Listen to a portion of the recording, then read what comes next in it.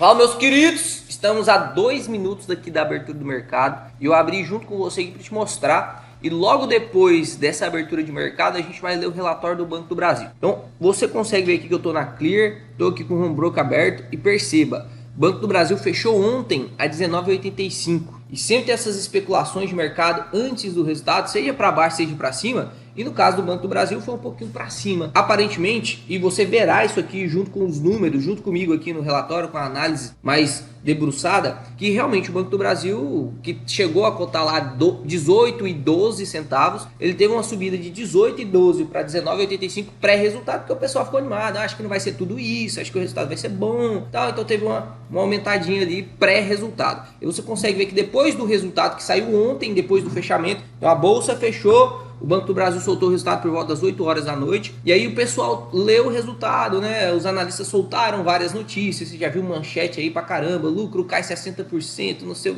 A gente vai falar sobre isso. E aqui você consegue ver um momento de mercado que é o famoso leilão. Dá uma olhadinha aqui, ó. A gente está com 19,85 do preço do Banco do Brasil. E a abertura de leilão, pelas ofertas já de leilão, teoricamente vão abrir ali a 18,80. Então eu vou até clicar aqui para você ver que tem várias vendas abertas. Às 10 horas aqui já vai abrir o mercado, você vai ver as primeiras operações começando a ser feitas e realmente aí tá na casa dos R$18. Uma queda de 5% então, de ontem no caso, para hoje, né? E aí uma coisa importante que eu quero falar aqui para vocês. Lembra quando a gente falou sobre Banco do Brasil e ele tava lá aos R$29? Falei para dar uma seguradinha, caiu para 25, 24 por conta dos resultados do primeiro trimestre, que já foram muito piores do que o resultado do quarto trimestre, por conta da inadimplência no agro. A gente conversou bastante sobre isso. A gente inclusive falou que provavelmente haveria mais queda do lucro. Ninguém esperava que a queda fosse brutal, como foi, a gente vai ver aqui dentro do relatório, até que chegou metade de junho e saiu uma notícia que os analistas estavam olhando pelo resultado que é demonstrado pelo Bacen, que é o Banco Central. Ele sempre mostra as cartas de boletim, o quanto de lucro cada uma das empresas tiveram, as empresas bancárias, as instituições financeiras. E lá em maio, o Banco do Brasil tinha reportado apenas 500 milhões de lucro. E aí todos os analistas falaram, pô, nossa expectativa, isso estava cravado por vários analistas, a nossa expectativa de lucro para o Banco do Brasil é de 5,1 bilhões de reais nesse segundo trimestre. Então, finalizamos o ano passado com o Banco do Brasil estrelinha, o banco estatal que está rendendo igual o banco privado, e realmente estava acontecendo isso, né? Estava pau a pau ali com o Banco Itaú na parte de lucro. No primeiro trimestre caiu de 9 bilhões para 7 bilhões, e a expectativa é que caísse agora no segundo trimestre de 7 para 5 bilhões. Isso era a expectativa do mercado. E o ajuste de R$22 para R$18 foi justamente depois da notícia, onde em maio o lucro tinha sido só de 500 milhões. E aí ficou meio difícil de acreditar que os 5 bilhões realmente aconteceria. Que seria um resultado muito mais próximo de 3 bilhões. E aí teve mais essa correção de R$22 para R$18, chegou até 18,12. E agora teve essa recuperação pré-resultado, porque o pessoal falou assim, eu acho que não vai ser só 3 bilhões não, vai ser um pouquinho mais. Mas a gente teve várias expectativas de resultados desde o início do ano até o momento de hoje, e agora inclusive vai ter mais expectativas de resultados dos analistas. Por isso que eu falo para você, não confie em notícia, tenta fazer a sua própria perspectiva. É óbvio que você tem que saber o que os analistas estão falando, mas não segue os analistas de maneira cega, entenda o porquê que eles estão falando. Eu não quero que você assista esse vídeo aqui só para saber a minha opinião sobre o Banco do Brasil, não. Você precisa pegar a minha opinião, e isso é óbvio que você precisa fazer, não pegar só a minha opinião, mas de várias outras pessoas, analisando o mesmo ponto, porque aí você consegue definir a sua própria opinião. Você tem que fazer os seus investimentos de acordo com a sua própria opinião, de acordo com o seu próprio perfil de risco, de acordo com o que você acha da empresa, porque senão você vai estar seguindo diquinha e você vai ficar assustado. Então aqui, enquanto bate 10 horas e 5, estamos aqui a 10 e 3, né? Vamos acompanhar essa abertura aí junto com vocês. Eu quero que você faça o seguinte, eu quero que você entre lá no site do Banco do Brasil, e aí você vai vir em fatos relevantes, você vai baixar aqui a parte de payout e vai baixar também aqui na parte central de resultados. Você consegue ver aqui, ó, informações financeiras. Na parte de central de resultados, você vai baixar aqui a apresentação de resultado do Banco do Brasil e a gente vai acompanhar aqui agora. Eu vou ler junto com vocês, vou te mostrar alguns pontos que na minha opinião foram bons, alguns pontos que na minha opinião foram péssimos, e a gente vai fazer inclusive o preço teto projetivo do Banco do Brasil aí, visando essa nova perspectiva de mercado agora. Então aqui, logo na primeira página do relatório, você consegue ver aqui os principais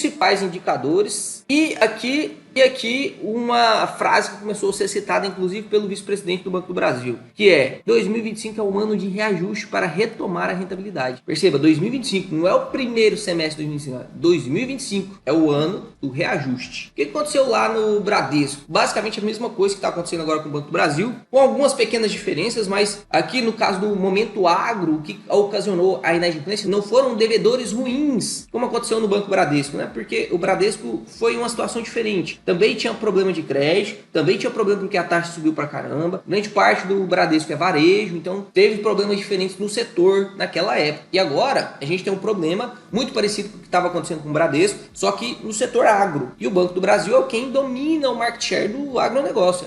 É o banco que mais empresta, mais financia o agronegócio. Então é óbvio que se tiver algum problema no agronegócio, tiver quebra de safra, se os produtores estiverem enfrentando problemas de fluxo de caixa, problemas de realmente de tentar expor. Agora a gente tem até taxação sobre café, sobre carne, que também afeta o agricultor. Perceba, a gente vai ter problemas de crédito desses agricultores que vai afetar o Banco do Brasil, sem sombra de dúvidas. Então olha só o resultado aqui do primeiro trimestre, foi de 7,4 bi e caiu para 3,8 bi. 3,8 bi. Foi uma queda expressiva, né? 40%, aí, 48%. Quando a gente avalia o semestre, perceba, no primeiro semestre de 2024, tivemos 18,8 bi de resultado. Estava batendo frente a frente ao Banco Itaú. E agora no primeiro semestre de 2025 tivemos um resultado de 11,2 bi. E aí agora a pergunta que não quer calar e a pergunta que você deve se fazer é: Léo, será que esse resultado será repetido no segundo semestre? Será que a gente vai conseguir mais 11 bilhões no segundo semestre? Ou será que vai ser o terceiro e o quarto trimestre de 2025 também com resultados baixos como o segundo trimestre de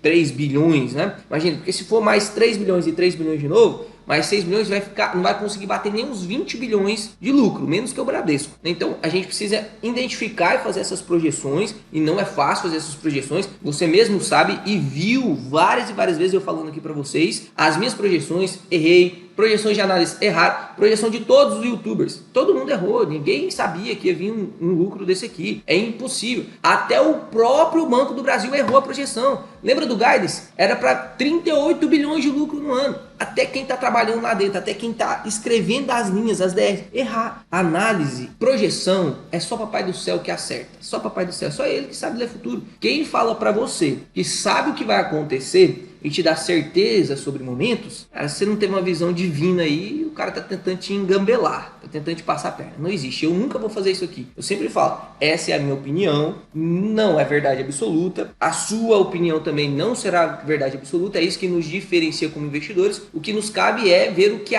aceitamos para nós. Quando eu faço uma projeção minha, eu aceito aquelas condições. Se for errado, eu vou falar, pô, errei, mas não estou arrependido, porque naquela ocasião, para mim, era uma oportunidade. É diferente de você ver, por exemplo, a projeção da Mariazinha, do Joãozinho lá que você acompanha no YouTube, aportar por conta da previsão da Mariazinha, do Joãozinho, e aí a Mariazinha e o Joãozinho errou, e aí você fica puto da vida, né? O pessoal quase crucificou o Luiz Barsi porque ele errou a projeção de IRB. Eu investi em IRB que o Luiz Barsi falou e meu dinheiro subiu. Pois é, culpa do Barsi não, meu amigo, a culpa é sua, que tá seguindo diquinha, né? Mas vamos entender aqui o que foi o resultado do banco e o que atrapalhou esse lucro. O custo de crédito, que é a PDD, o que significa PDD? Provisão de devedor duvidoso. Já te ensinei isso aqui, já fizemos várias e várias aulas aí sobre bancos. Tem alguns pontos específicos que, quando você vai analisar banco, você precisa saber. A PDD é uma delas, que é a provisão de devedor duvidoso. Você vai ver isso só em bancos, e isso é um indicador muito importante dentro dos bancos. A gente vai ver índice de Basileia, capital principal, que também é só em bancos, inadimplência de 30 e 90 dias, isso aqui é mais em bancos também, e índice de eficiência, isso aqui também é mais em bancos, tá? O banco, ele não tem uma margem líquida, ele tem margem financeira. Se você quiser aprender tudo isso, a única coisa que precisa fazer é deixar o like no vídeo, se inscrever no canal. A turma da mentoria nem tá aberta, você não vai conseguir entrar para assistir, ver lives junto comigo, eu te ensinar tintim por tintim. Eu tenho certeza que aqui no canal você vai aprender pra caramba, eu te prometo isso. 320% da minha força vai ser destinada a você aí, para que você consiga aprender de maneira gratuita. Então perceba, no primeiro trimestre, que já foi ruim o PDD, que é aquele saldo que o banco tem que guardar, porque tem devedor duvidoso que pode ficar inadimplente, ele não pode deixar de te entregar o seu dinheiro se você for sacar. E ele pega o seu dinheiro para emprestar para alguém. Se esse alguém não paga, ele tem que tirar do dinheiro dele para poder guardar e, caso você venha sacar, ele te entregar esse dinheiro, certo? Então a PDD,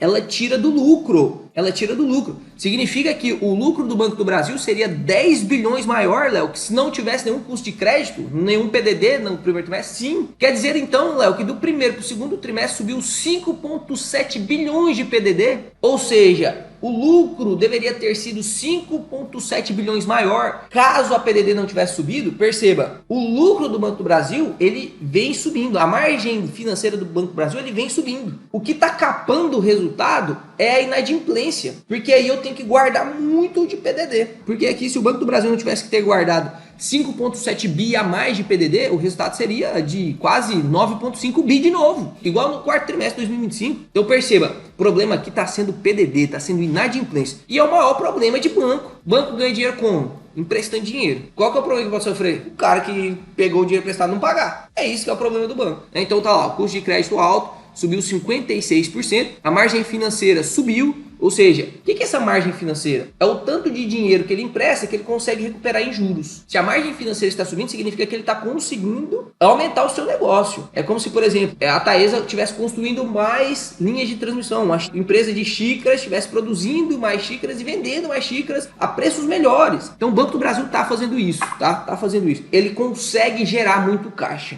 Ele consegue gerar muito caixa. Aí, se esse caixa vai para lucro, é lucro estrondoso. Se esse caixa tem que ficar segurado para poder frear, né, e aguentar uma inadimplência que está acontecendo, que ainda está por vir, aí o lucro cai. É o que aconteceu aqui. Receita de prestação de serviço também subiu, despesa administrativa subiu um pouquinho, mas subiu abaixo da inflação. Você sabe que despesa administrativa vai subir mesmo, não tem jeito, né? Quanto mais a gente cresce uma empresa, tendência é que realmente suba a despesa administrativa. Inclusive, o vice-presidente falou sobre essa parte de despesa administrativa. Vou deixar um corte para você depois no final, quando a gente estiver falando sobre esse slide específico. E a carteira de crédito aqui também deu uma subidinha de junho de 2024 para junho de 2025, mas percebo que não cresceu tanto assim, até porque agora eles não estão querendo mais emprestar a qualquer custo, subir a carteira a qualquer custo, eles estão querendo melhorar a carteira de crédito. Eles conquistaram a carteira de crédito que está inadimplente, então tem que fazer uma limpa nessa carteira de crédito, tem que tentar renegociar para ver se recebe aquilo que está sendo devido, né? E o índice de capital principal, que é o capital do próprio banco, né, permaneceu aí nos 10,97. Isso aqui é muito legal, é um detalhe que muita gente deixa passar despercebido. Mesmo com toda essa inadimplência, mesmo com toda essa parcela de custo a mais agora que tem que ser guardado no PDD, o índice de capital principal ficou no mesmo. O que significa, Léo? O que significa? Que o banco não está consumindo o seu próprio capital a ponto de diminuir o capital principal do banco. Porque se ele não estivesse gerando caixa, imagina só, eu tenho aqui o meu capital, esse capital é o capital do banco, o dinheiro do banco, porque o banco não empresta dinheiro só dele, ele empresta o dinheiro seu, do André que está ali, ó, mandando dinheiro para o banco agora, empresta dinheiro meu. Então o banco tem o seu próprio capital, que é obrigatório que ele tenha um pouquinho para poder abrir o banco, e o resto ele empresta das outras pessoas. Daí tudo certo, isso é o funcionamento de um banco normal. Se eu emprestei para as pessoas um dinheiro que não é meu e as pessoas não estão pagando, da onde que eu vou ter que tirar esse dinheiro para pagar para aquela pessoa que eu peguei emprestado? Porque o banco ele faz assim, ó, Léo, CDB que rende 100% CDI, me dá aqui o seu dinheiro. Aí ele pega seu dinheiro emprestado, você coloca para render lá na caixinha da Nubank, no porquinho do Banco Inter, no CDB do Banco do Brasil, você coloca para render lá 100% CDI, ele tem que te pagar isso aí, 100% CDI, e tem que te devolver seu dinheiro se você for sacar, certo? Só que, por que o banco faz isso, Léo? Porque ele pega 100% CDI, emprestado para você 100% CDI, e empresta para o André, que quer financiar um carro, por exemplo, a 200% CDI, a 20, 28, 30% ao ano, ou seja, ele ganha nesse spread. Pega a 10 e empresta a 23, fica com 13% de spread e ele ganha dinheiro com isso. Qual o problema disso? O cara que pegou a 23 não paga, e eu tenho que pagar, porque eu peguei emprestado a 10, então eu tenho que ficar pagando. Se, agora presta atenção que chegamos no ponto aqui do índice de capital principal. Se você aprender isso nesse vídeo já tá bom. Já pode fechar o vídeo, pode ir embora. Não precisa nem ficar se não quiser. O que significa? Significa que se eu estou emprestando dinheiro, as pessoas estão inadimplentes e eu tenho que pagar para quem eu estou pegando dinheiro emprestado, eu tenho que tirar do meu capital principal. Eu tenho que tirar do meu dinheiro, do dinheiro do banco. Aí vai dinheiro do banco para a pessoa que eu peguei emprestado, porque para quem eu emprestei não tá me pagando. Não tá pagando. E aí, se o capital principal continua o mesmo, significa que a renda do banco está crescendo. Então, o banco foi crescendo a renda, foi aumentando a inadimplência, ou seja, teve que tirar o do capital, por isso o capital ficou o mesmo. Se ele não tivesse crescendo a renda, o capital principal teria diminuído. Isso mostra que o banco realmente gera caixa, tá? Não estou nem defendendo o Banco do Brasil aqui não, só estou te ensinando sobre capital principal. Aí você pode tomar suas próprias decisões aí. Pulando aqui, esse slide ficou muito bom, né? As empresas, quando elas vão mal, elas fazem relatórios melhores para tentar se explicar. Quando elas vão muito bem, quase não se explica, né? É muito bom quando a empresa vai mal, que você realmente conhece a empresa quando ela vai mal, se ela consegue bater aquilo, se ela consegue sair dessa situação. Inclusive, escutei uma frase de um amigo meu aí do YouTube, inclusive, já gravei podcast com ele uma vez, e ele falou uma frase sobre empresas centenárias que realmente faz todo sentido. Preste atenção. Não é porque uma empresa é centenária que ela não pode falir. Isso é verdade. Não é porque o Banco do Brasil tem 200 anos que ele não pode falir. É difícil? Nossa, é difícil. Porque se ele já passou por todas essas crises, ele tem um know-how, né? Ele sabe como fazer, ele sabe como passar por isso. Então é difícil. É melhor você confiar numa empresa que viveu 200 anos do que numa empresa há 2 anos. Efeito Linde. Aquilo que já existe há mais de 200 anos tem a tendência de existir por mais de 200 anos. O que existe há 2 anos tem a tendência de existir por mais 2 anos. Ou seja, empresas pequenininhas de curto prazo, elas são mais frágeis. Mas não quer dizer que uma empresa de 200 anos não possa deixar de existir. Então, você não pode fechar o olho e falar assim, ó, o Banco do Brasil vai recuperar. Eu só investir, não preciso nem analisar. Não pode ser esse caboclo, não. Aqui nesse canal não suporta isso, não. Você tem que analisar, tem que entender. Porque não é porque a empresa tem 200 anos, e eu nem vou usar, ela não pode falir, porque eu acredito realmente que o Banco do Brasil não falirá, assim, de maneira muito fácil, não. Tem que acontecer muito B.O. E se o Banco do Brasil falir, será a menor das suas preocupações o Banco do Brasil, que já faliu todas as outras empresas que você tem na carteira. Mas não é porque o banco tem 200 anos que você tem que confiar e entregar todo o seu dinheiro ao banco e investir todo o seu dinheiro neste tipo de empresa só porque ele tem um histórico. Porque nem sempre será a oportunidade do momento. Prestar atenção nisso. Aqui você consegue ver o preço da soja e a Selic. Olha, aqui quando a Selic estava alta de 13,75, mesmo assim o banco estava entregando bons resultados. Por quê? Porque o saco de soja estava caro lá, R$182. R$182.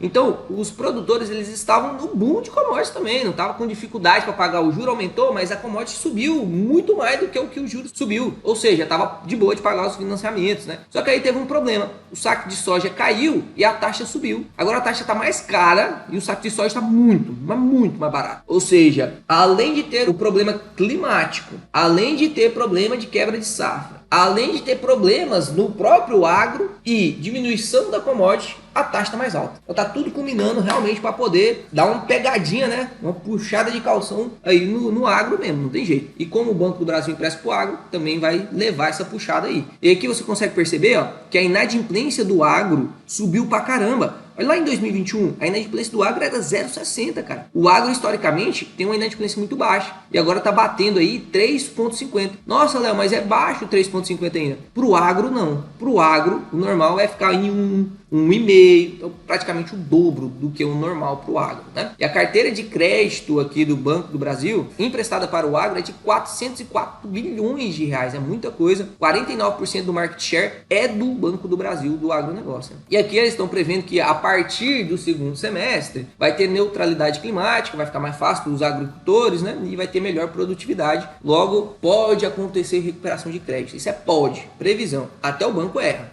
Isso que eu tô falando para vocês. Aqui a gente tem um saldo de inadimplência de 90 dias. Consegue ver aqui que, inclusive, uma coisa que o próprio vice-presidente falou do Banco do Brasil, que alguns agroprodutores, algumas empresas estão recorrendo à recuperação judicial para proteção de crédito. Então, quando uma empresa fica devendo, ela pode abrir essa recuperação judicial e meio que fica travada essa operação do banco. Então, ele não consegue cobrar, fica um tempo ali de carência e tal, fica mais complicado de você fazer, você reaver esse crédito. Tá? Então, aqui 2,2 bilhões na recuperação judicial e 10,4 bilhões aí está inadimplente também há mais de 90 dias. E olha só, para você ver que é um problema recente, 74% desses 20 mil clientes que estão devendo inadimplente agora não eram inadimplentes até 2023. 74% não eram inadimplentes até 2023. E aí fizeram uma revisão de guidance antes de entrar aqui para os resultados, né? Que aqui ele começa a falar sobre o resultado. Antes de falar sobre o resultado, ele deixou aqui o guidance de 2025 revisado. Todo banco, toda empresa que se preze na verdade, ela ao início do ano ela solta um guidance, que é a meta. Então, guidance, onde você vê guidance, lê meta. Aí os caras gostam de colocar outras palavras, mas é a meta aqui, tá? Então, as metas de 2025 para o Banco do Brasil, quando eles soltaram, olha lá o que era, ó. Carteira de crédito era para subir de 5,5 a 9,5. O resultado já feito e realizado no primeiro semestre foi de 10. Então, bateu, né? Bateu aí o que queria crescer de carteira de crédito. E aí, eles revisaram agora, depois desses problemas que tivemos aí no primeiro semestre, eles revisaram, falou que quer crescer crescer a carteira de crédito só em 3,6%. Então pode ser até que a carteira de crédito dê uma diminuída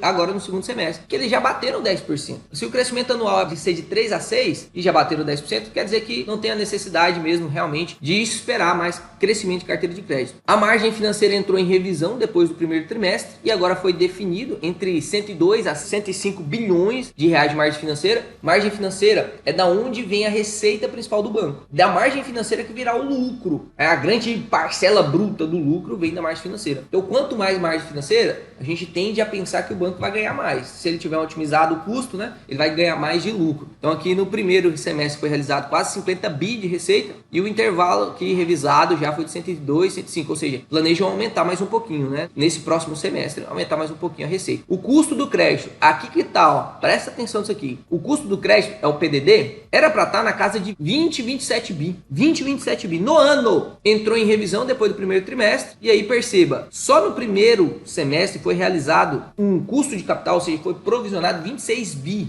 Isso aí era para ser lucro. Não está sendo lucro porque está sendo guardado para provisão. E olha agora o revisado, de 53 a 56 bi de resultado provisionado. Isso aqui é absurdo. Lá em fevereiro, quando eles soltaram esse guidance, né, no início do ano, olha só o quanto que ele tinha de perda esperada, de 38 a 42 bi, de 38 a 42 bi. E agora isso subiu para 53 a 56 bi. Então foi uma alta na banda máxima aqui, na banda do teto, de 18 bi de projeção duvidosa. 18 bi a mais do que eles estavam esperando. Ou seja, é 18 bi a menos de lucro. Se eles estavam esperando antes um lucro, ó, vamos até olhar lá, ó, o lucro que eles estavam esperando, o lucro líquido, era de 37 a 41. É 18 bi a menos. 18 bi a menos. Se a gente pega a banda máxima aqui, né, de 37 a 41, se a gente pega 41 e joga 18 bi a menos, vai dar 23 bi. Vai dar 23 bi, que é basicamente o que está aqui, ó, de 21 a 25 bi. O intervalo médio ali é 23 bi. É o que eles esperam. Então quer dizer que ele está gerando a mesma margem. Ele está conseguindo gerar aquilo que normalmente ele geraria para poder ter 9 bi de lucro. Ele está gerando aquilo. Inclusive está subindo. O problema é a inadimplência. E aí ele tem que refazer essa carteira de crédito. Ele tem que realmente cuidar para essas novas safras agora que vão fazer novos empréstimos. Ser uma safra mais cautelosa. Uma safra que tenha uma avaliação melhor de crédito, principalmente no agronegócio, porque senão vai continuar enfrentando o mesmo problema, né? Inclusive eles lançaram um plano safra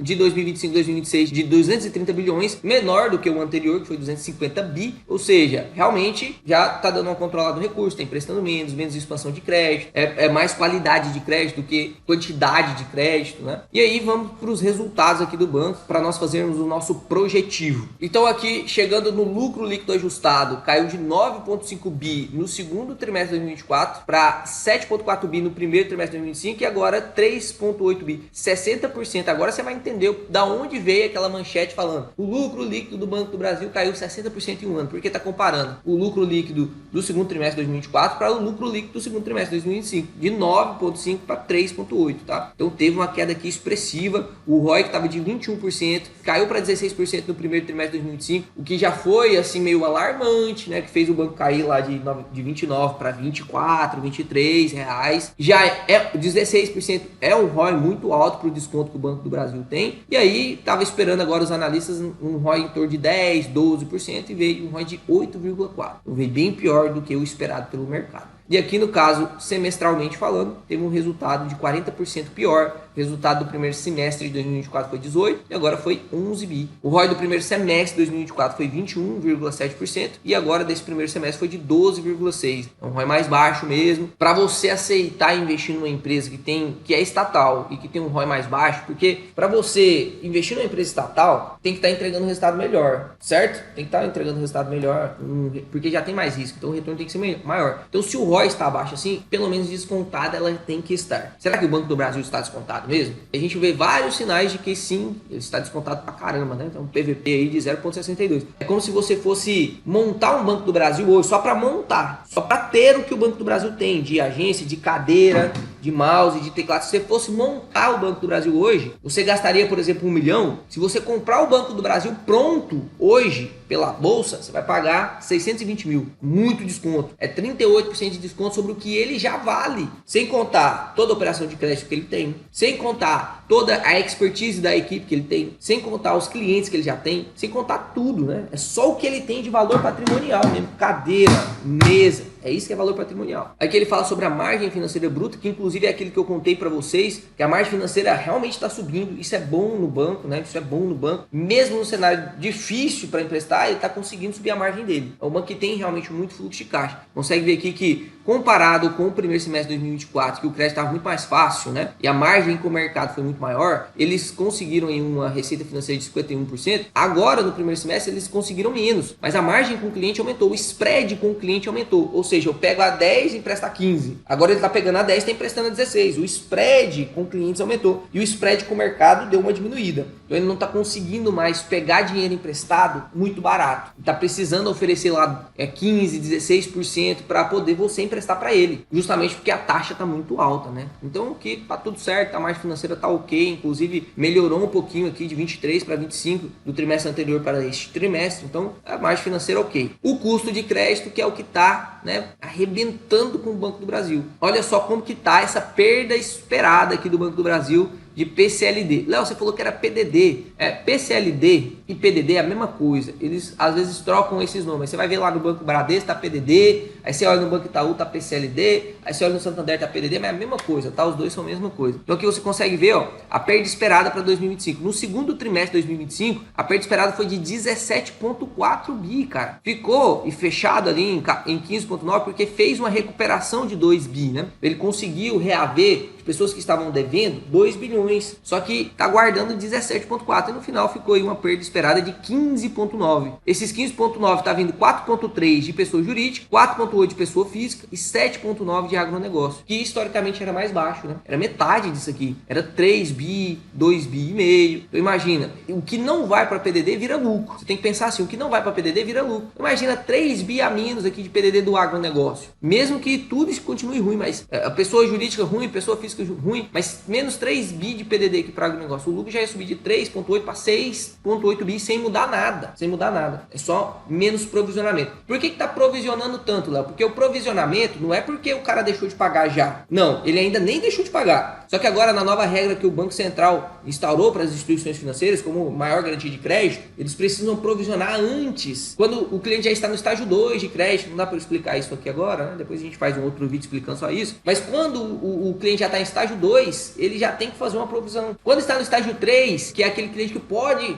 assim, muito fortemente se tornar um devedor, antes que ele se torne devedor, eu já tenho que provisionar. Por isso que chama provisionamento, né? Porque se eu fosse pegar o crédito só depois que o cliente já deveu, não é mais provisionamento. Aí eu estou fazendo a remediação já de um problema que aconteceu. O provisionamento é isso, né? E se fizer muita recuperação de crédito, o provisionamento vai virar lucro. Aqui a gente consegue ver a inadimplência de 30 e de 90 dias na pessoa física. A pessoa física está aí, subiu um pouquinho, né? 5,10 para 5,59. Então tá subindo aí a inadimplência em geral. Isso é em todos os bancos, tá subindo, em todos os bancos tá subindo, tá? Mas aqui realmente 5,59 já é algo assim que preocupa um pouquinho. A inadimplência aí realmente tira o lucro do banco. Pessoa jurídica 4,8. Inclusive ele fala sobre pequenas e microempresas que estão devendo mais, né? Você vê a situação no Brasil, não tá fácil mesmo não, galera. 15% de taxa limpa não é fácil para a empresa se manter não, meu amigo. Eu vou até deixar um gráficozinho aqui de quanto empresas faliram só depois dessas taxas altas aí. É muita empresa falindo, galera. É muita empresa. E se a empresa pegou dinheiro emprestado com o Banco do Brasil para abrir um negócio, faliu,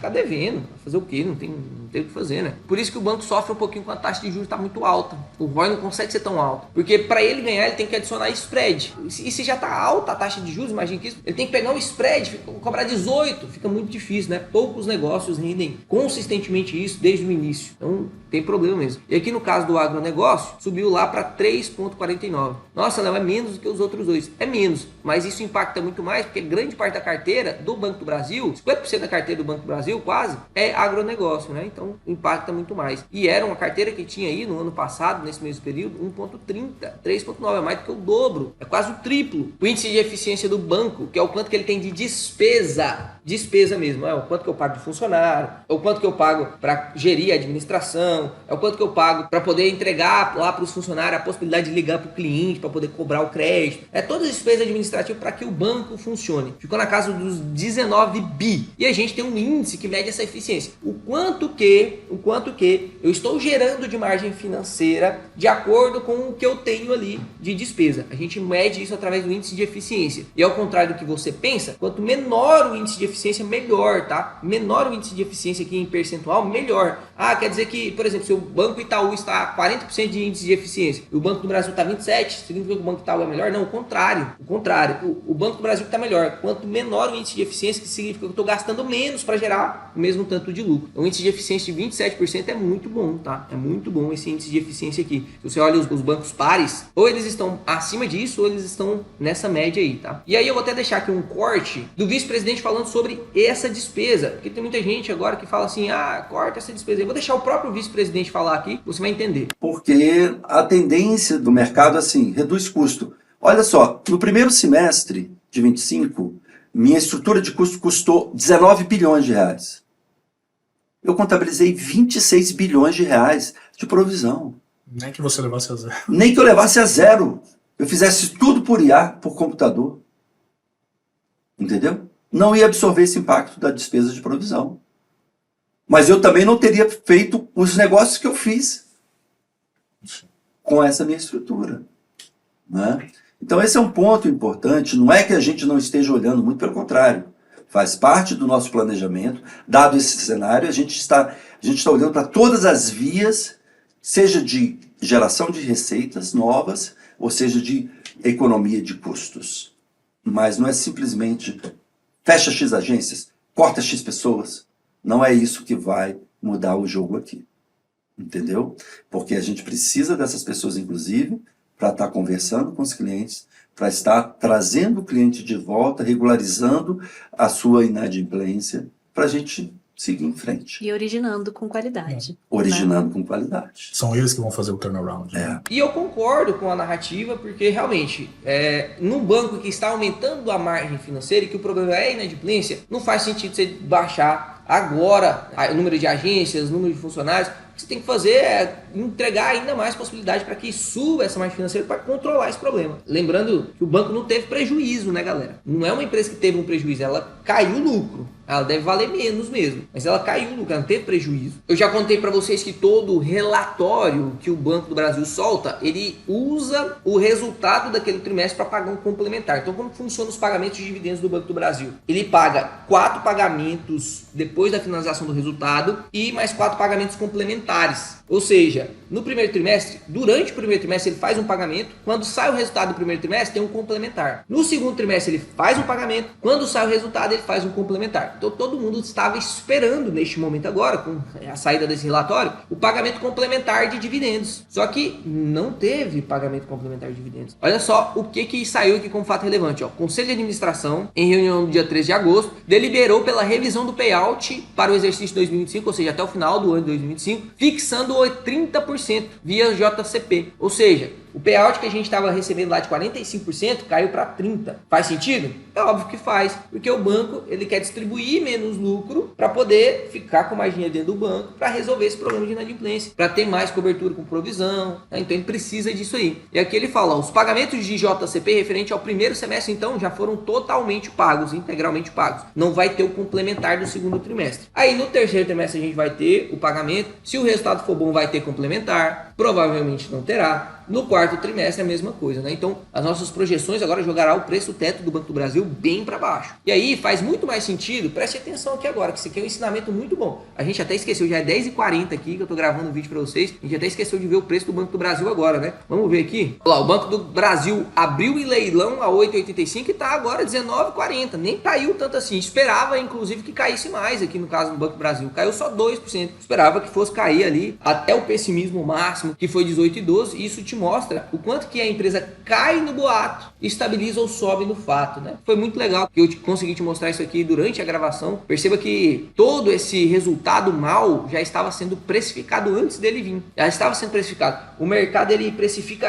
a expectativa, ele não precifica o fato. Por isso que faz muito sentido você não tentar adivinhar fundo. Não faz sentido você tentar adivinhar topo. Não faz sentido, você não vai conseguir adivinhar. Não tem jeito. É através de notícia. A gente não está o tempo todo com o celular na mão, com o computador aberto para poder ficar lendo notícia. Sempre vai ter alguém que vai ler primeiro que você. E esse alguém vai ser instituição, vai ser grandes players de mercado. Não tem como você tirar vantagem disso. Você tem que tirar vantagem do que então, Léo? Da onde que eu tiro vantagem? Eu que sou inteligente, eu que tenho um bom senso, eu que tô acompanhando aqui o canal, já cliquei no botão do like, ó, não cai dedo, tá vendo? Botão do like, ó, tum, botão de se inscrever agora, tum, não cai o dedo, vou até testar com esse, não cai dedo, tá vendo? Não cobra imposto, pelo menos não ainda. Então, faz 20 dias aqui Banco do Brasil, ó, Deus o livre. Então, o momento de você tirar proveito é quando acontece essas quedas ou altas absurdas, você faz o seu projetivo e se subir, o seu projetivo é 30 e tá lá a 40, 45, 60, aí você vende um pouquinho para você ganhar com lucro. É o famoso take in profit, que eu pouco faço, mas ensino fazendo a mentoria. E o contrário também é positivo, que é o que está acontecendo agora com o Banco do Brasil.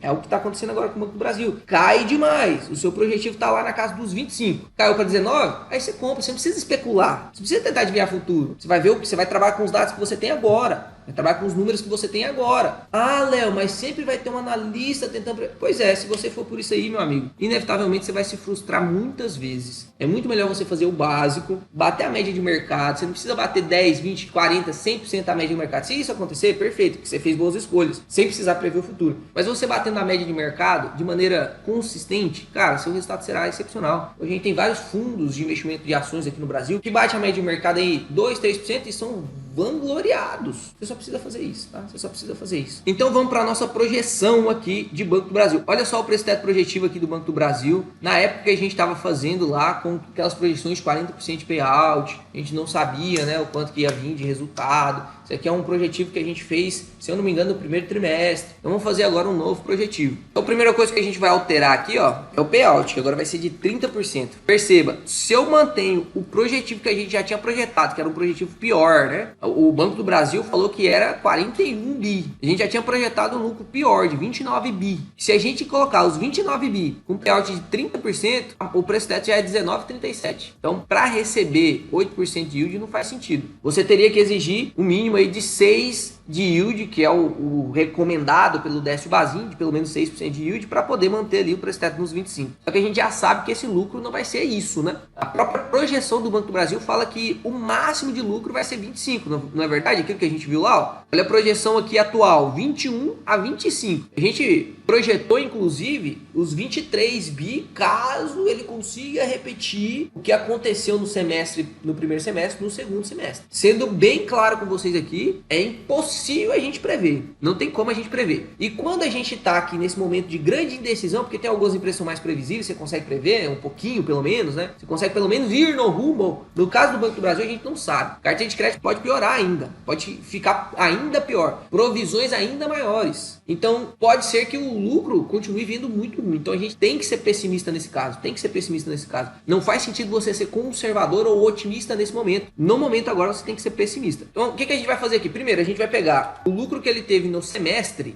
e vamos até, inclusive, confirmar aqui, que eu já me esqueci. O lucro que ele teve no semestre foi de 11,2 bi. E a gente vai pegar esses 11,2 bi e multiplicar por 2. Essa é a métrica conservadora, tá? Eu só estou replicando o que ele teve no primeiro semestre para o segundo. 22,4 bi. Essa é a métrica conservadora que eu não vou usar, tá? Mas eu vou ensinar você a fazer aqui, ó, 22,4 bi. Você teria ali um preço teto, então, de 19,54. Basicamente, o que está agora, né? Vamos ver quanto está agora. É 19,30, né? Ou seja, o DPA projetivo, que estava ali na casa dos 2,40, caiu para 1,17. 1,17. Um yield projetivo aí de 5,91. Não dá para você esperar um yield de 2 dígitos no Banco do Brasil neste ano, não. E é justamente nesse momento que, se você confia que ela vai se recuperar, que você tem que entrar. Porque, apesar dela não estar entregando esse resultado agora, se você esperar ela entregar esse resultado, você vai pagar caro. Quem esperou o Banco do Brasil ter um resultado igual ao do Itaú para comprar o Banco do Brasil, teve que pagar R$29 no Banco do Brasil, teve que pagar 28, 26. Agora você está conseguindo entrar numa empresa que é igual àquela empresa anterior, só que com menos lucro por conta da inadimplência no mercado agora, do agronegócio, você está conseguindo entrar R$20. Ou seja, se você esperar resolver tudo isso, é aquela mesma conversa que a gente teve com o Bradesco. Se você esperar resolver tudo isso para poder entrar no banco, você vai pagar mais caro, né? E aqui eu, inclusive, vou jogar pior ainda para o Banco do Brasil.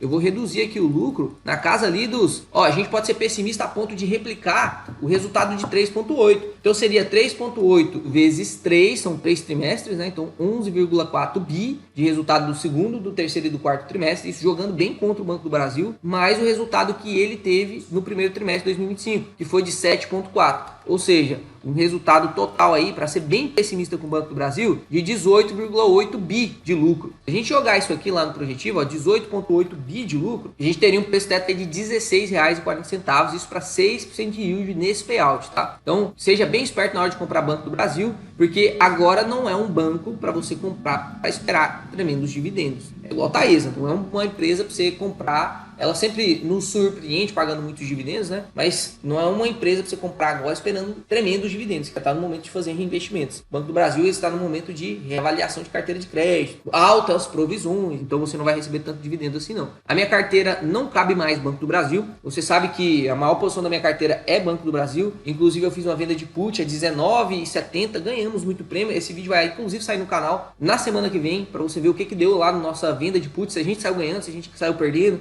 qual que é a vantagem de você fazer como eu fiz, qual que é a desvantagem de você fazer como eu fiz. Eu não entrei no home broker e comprei Banco do Brasil, eu comprei através de uma opção, e aí tem algumas vantagens e algumas desvantagens. A gente vai destrinchar tudo isso para você num vídeo da semana que vem, beleza? O que eu quero mostrar aqui para vocês é que realmente você tem que tomar bastante cuidado na hora de fazer suas análises, e você tem que pensar muito bem na hora de investir em empresas que vão ainda se recuperar, porque se você esperar a recuperação, pode ser que você não aproveite do ganho de capital. Se você ainda não tem Banco do Brasil, agora parece ser um ótimo momento para você entrar, mas perceba, a recuperação não vai acontecer mês que vem, a recuperação não vai acontecer em 6 meses, a recuperação vai demorar 1 ano, 2 anos, quem sabe 18 meses para acontecer. Então tem que ser uma pessoa que tem um estômago, que tem conhecimento, que sabe o que está fazendo, que entende o risco do banco. Não é um banco para você entrar agora para você não ter dor de cabeça. Se você não quer ter dor de cabeça, vai para Itaú, você paga mais caro lá, mas você não tem dor de cabeça, beleza? Espero que você tenha gostado desse vídeo. Tentei fazer a análise aqui da maneira mais didática para você. Não consegui abordar todos os pontos, teria mais coisas pra gente falar, mas como não estou em casa, estou fora do meu estúdio, inclusive a minha princesa está me chamando ali logo. Meu Deus, já tem 50 minutos esse vídeo aí, Léo, para com esse trem aí. Então eu espero que você tenha gostado desse vídeo, e quando chegar em casa falaremos mais sobre o Banco do Brasil, principalmente no vídeo que eu vou mostrar para vocês a aquisição do Banco do Brasil através das puts, tá? Espero que vocês tenham gostado. Se gostou, deixa o like, se inscreve no canal. Até o próximo vídeo, que será excepcional.